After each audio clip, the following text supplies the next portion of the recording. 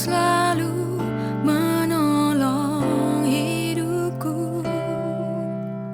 Telinganya tak kurang tajam untuk mendengar seruan hatiku.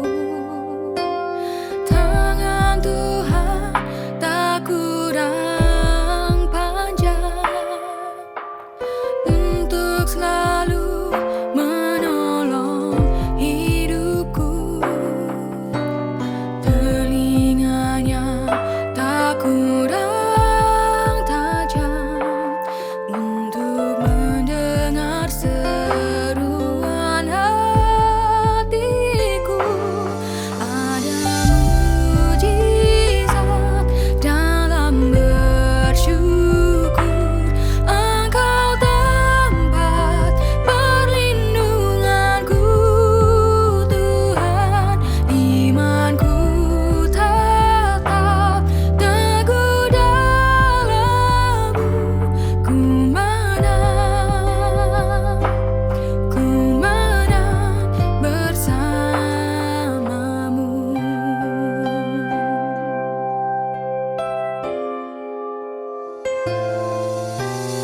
Tangan Tuhan tak kurang panjang untuk selalu menolong hidupku. Telinganya tak kurang tajam untuk mendengar seruan hatiku. Ada mujizat dalam bersyukur. Engkau tempat perlindunganku, Tuhan.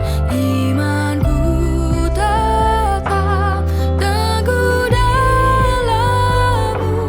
Ku menang. Ada mujizat dalam bersyukur. Engkau tempat perlindunganku, Tuhan. Imanku tetap teguh dalam-Mu. Ku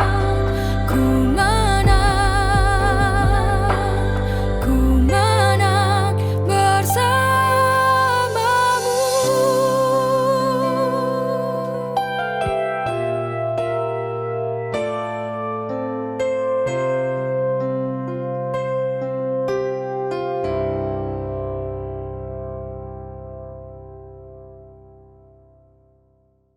Selamat pagi, Bapak Ibu Saudara yang dikasihi Tuhan, untuk seluruh penonton setia Morning Worship, untuk keluarga Zion Altar, dan Bapak Ibu Saudara-saudari dimanapun berada.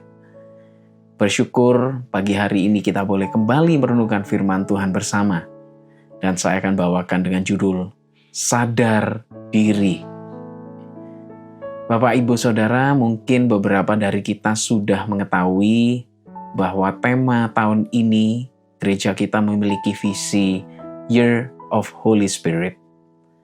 Atau beberapa dari kita yang melihat tayangan pagi hari ini, saya juga mungkin ingin katakan bahwa mari kita tahun ini belajar untuk hidup lagi, berjalan bersama dengan Roh Kudus.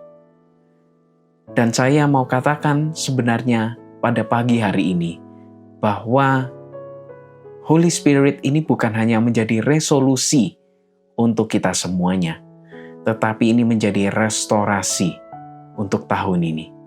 Mengapa? Karena kita sebagai orang-orang yang percaya, kita seharusnya punya Roh Kudus dalam hidup kita.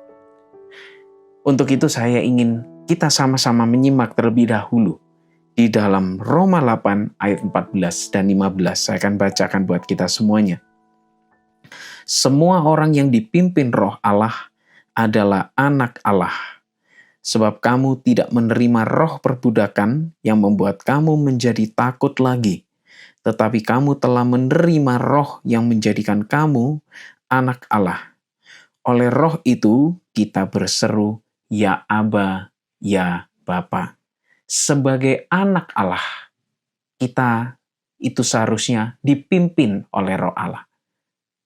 Dengan artian bahwa ketika kita sudah menerima Yesus sebagai juru selamat kita, berarti kita memiliki Roh Kudus. Dan hal ini perlu untuk kita sadari bersama. Mengapa?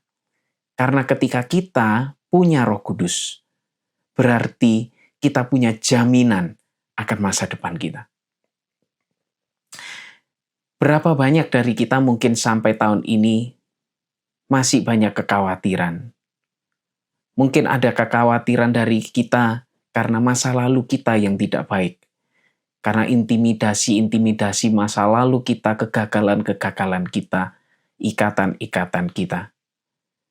Atau juga banyak dari kita yang sampai saat ini juga masih khawatir akan masa depan.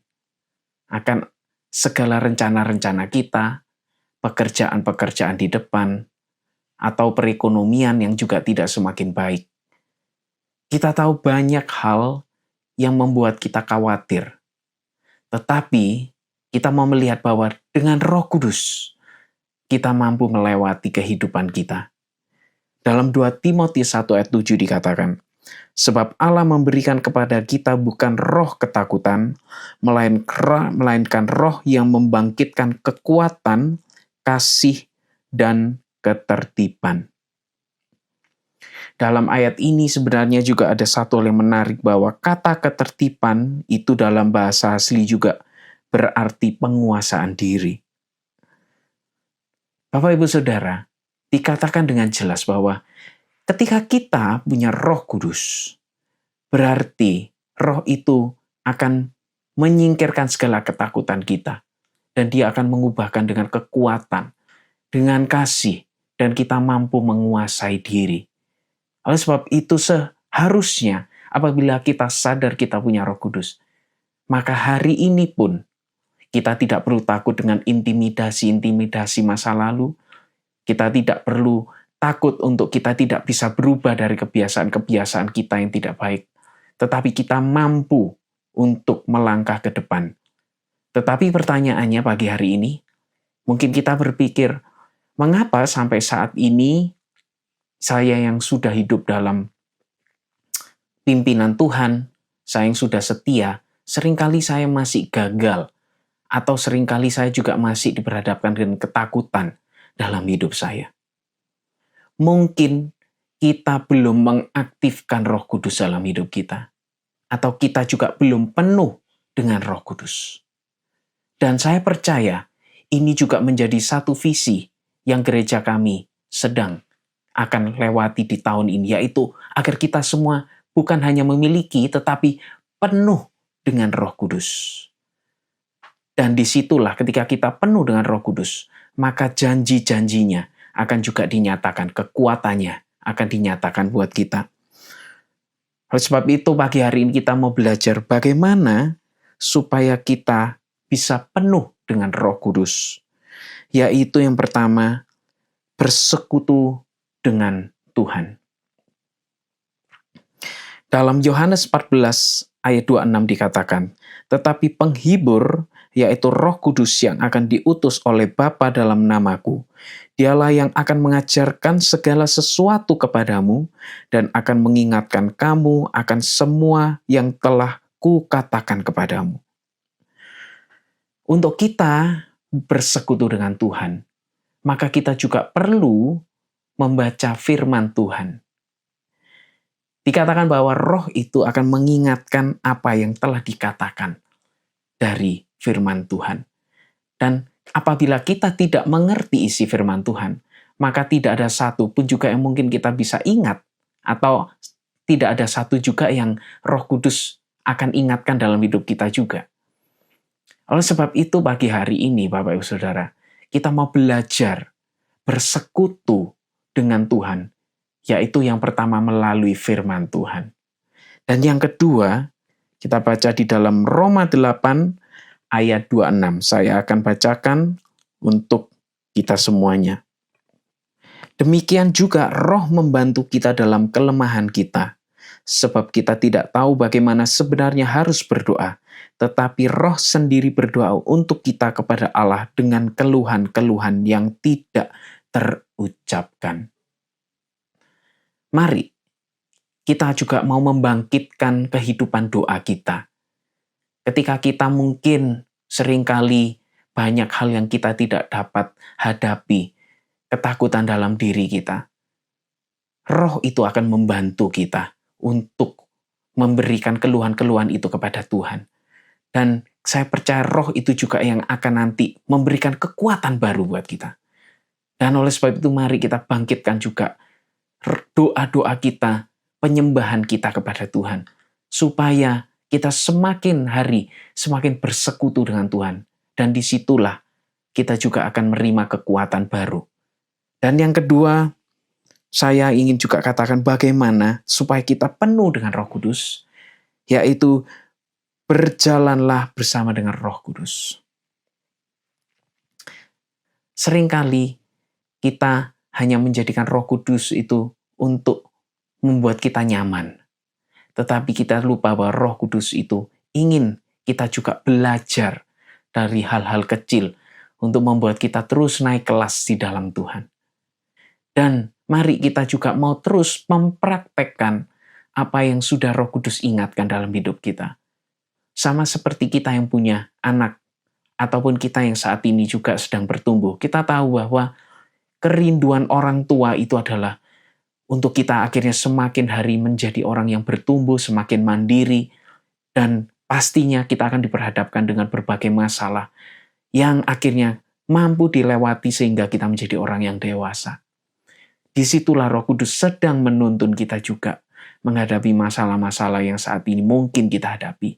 Dan belajarlah berjalan dari masalah-masalah itu. Dikatakan oleh sebab itu juga dalam Yohanes 16 ayat 13. Tetapi apabila ia datang, yaitu Roh kebenaran, ia akan memimpin kamu ke dalam seluruh kebenaran. Mari kita sadari bahwa Roh-Nya ada bersama dengan kita. Dia akan menuntun kita untuk melewati segala langkah-langkah menuju kebenaran yang Tuhan inginkan.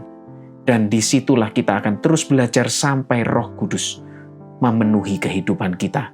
Dan mari pagi hari ini saya ingin katakan, sadarilah bahwa Roh Kudus adalah satu-satunya yang akan menyertai dan menyempurnakan hidup kita di tahun ini.